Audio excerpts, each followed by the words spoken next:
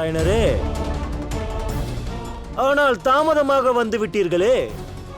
இனி இந்த பிரபஞ்சத்திற்கு உங்களுடைய உதவியே தேவையில்லை. இவர்களுக்கு இவர்களுடைய புதிய கடவுள் கிடைத்து விட்டார், பகவான் இரண்யகசப்.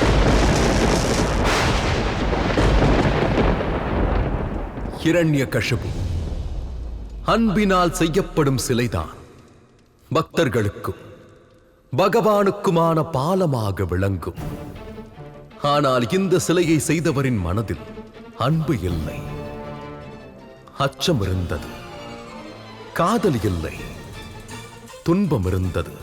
ஆதலால் இதை பக்தி அல்ல, பகட்டி என்றே கூறுவார்கள்.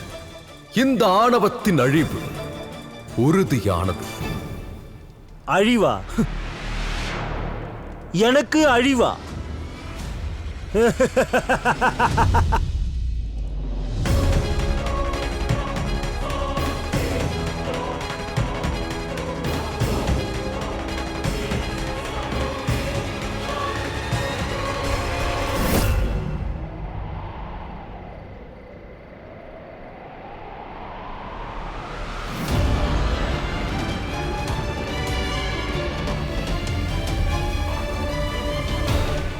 அமருங்கள். பிரச்சனை ஒன்றுமில்லை, அமருங்கள். அமைதியாக அமருங்கள்.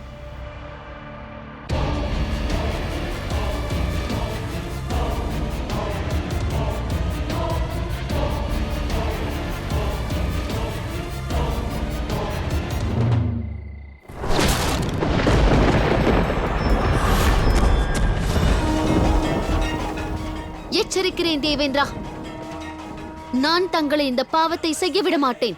இது பாவம் அல்ல. இரண்யகசிபு போன்ற பாவியின் மகனும் பாவியாக தான் இருப்பான். அவனை அழிப்பது தர்மத்தின் கடமையாகும், புண்ணியமாகும். தயவு செய்து வழியை விடுங்கள். முடியாது. பிறக்காத குழந்தையின் எதிர்காலத்தை முடிவு செய்வதற்கு நீங்கள் யார்? விதியின் ஆழத்தை அறியும் மதி உங்களுக்கு இல்லை.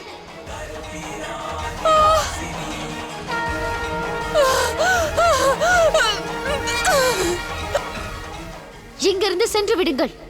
இவர்களை நோக்கி இனி ஒரு அடி எடுத்து வைத்தால் அது லக்ஷ்மி நாராயணருக்கு எதிராக எடுத்து வைக்கும் அடிக்கு சமம்.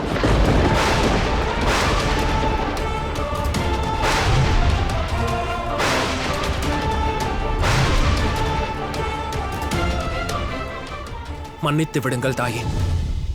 தயவு செய்து நான் சொல்வதை புரிந்து கொள்ளுங்கள். இவன் தந்தை தன்னை கடவுளாகவும் பிறகு இந்த பிறக்கப் போகும் குழந்தையையும் தனது வாரிசாக அவன் அறிவித்து விட்டான். அந்த குழந்தையா காப்பாற்றுகிறீர்கள்? அதர்மத்திற்கு பதில் அதர்மமும் தீமைக்கு பதில் தீமைகள் தான் செய்ய வேண்டும் என்பதல்ல. இதே போன்று முன் ஒரு குற்றத்திற்காக மகாதேவரின் பெரும் கோபத்திற்கு ஆளானீர்கள். நீங்கள் அசுரத்தாய் தித்தியின் கர்ப்பத்தில் இருக்கும் குழந்தையை தாக்கினீர்கள். மீண்டும் நீங்கள் அவ்வாறு செய்தால் நாராயணரின் தண்டனையில் இருந்து மகாதேவராலும் உங்களை காப்பாற்ற முடியாது.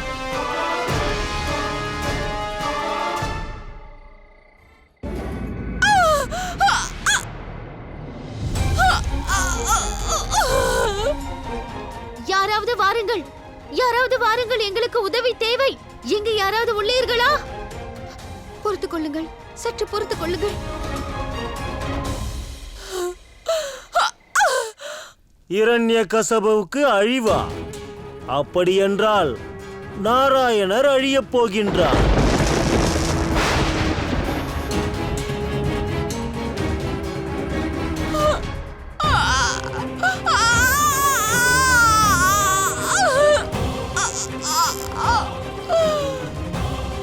பிரம்மதேவரின் வரம் எனக்குள்ளது. நாராயணரே, என்னை கொல்லப் போகின்றவன் யார்?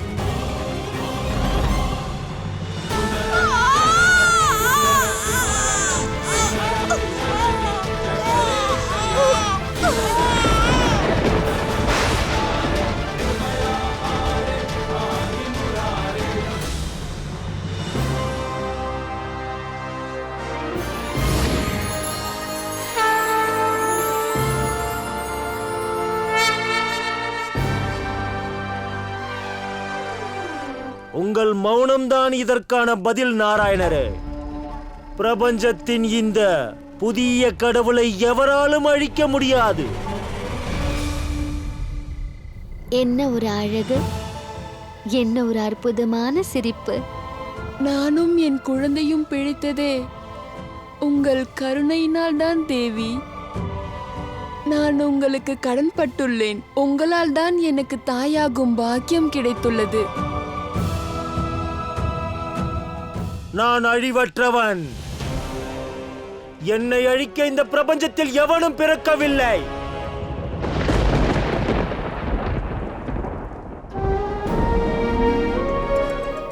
இந்த மகிழ்ச்சிக்கு காரணம் நான் அல்ல, இந்த பாலகன்தான்.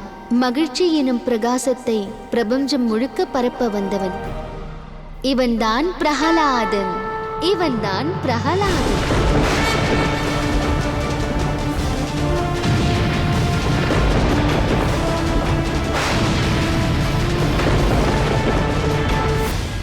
நான் இறுதியாக கேட்கின்றேன் நாராயணரே, இந்த பிரபஞ்சத்தில் உள்ள அனைவரும் அறிந்து கொள்ளட்டும், இந்த புதிய கடவுளுக்கு அழிவே இல்லை. இவன் உங்கள் வாழ்க்கையில் மகிழ்ச்சியை அளித்தது போல நிச்சயமாக பிரகலாதன் இந்த பிரபஞ்சம் முழுக்க மகிழ்ச்சியை பரப்புவான். கூறுங்கள் நாராயணரே, என்னை அழிக்க எவரும் இல்லை என்று கூறு. என்னை அழிக்க இன்னும் எவரும் பிறக்கவே இல்லை. பிரகலாதன்.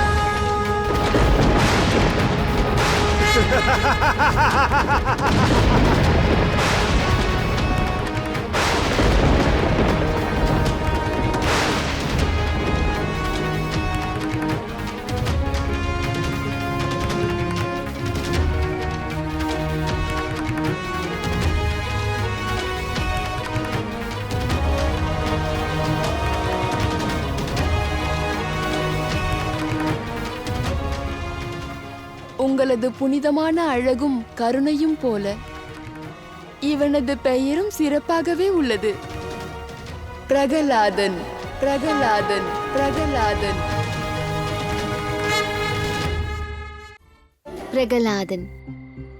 இக்கட்டான இந்த சூழ்நிலையில் என்னையும் எனது குழந்தையும் காப்பாற்றிய நீங்கள் யார்?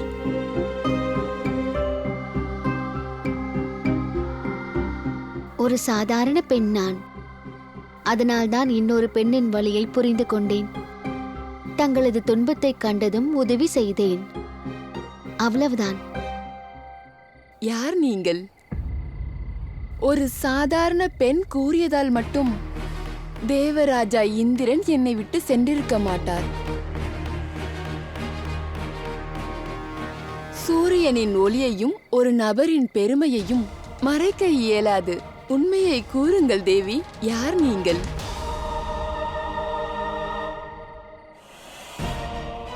என்னை காப்பாற்றியவரை பற்றி தெரிந்து கொள்ள வேண்டியது எனது உரிமை.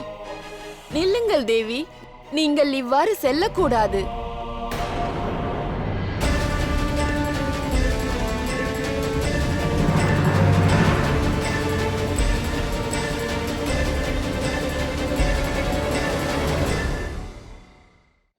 உங்கள் உதவியால் இச்சிறு குழந்தை இவ்வுலகத்தில் பிறந்துள்ளான். உங்கள் உதவியால் தான் இவன் இன்று சுவாசிக்கிறான்.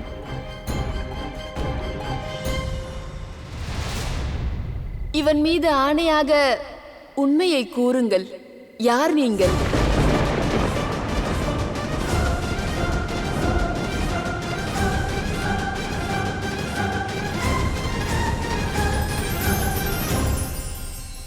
துன்பம்.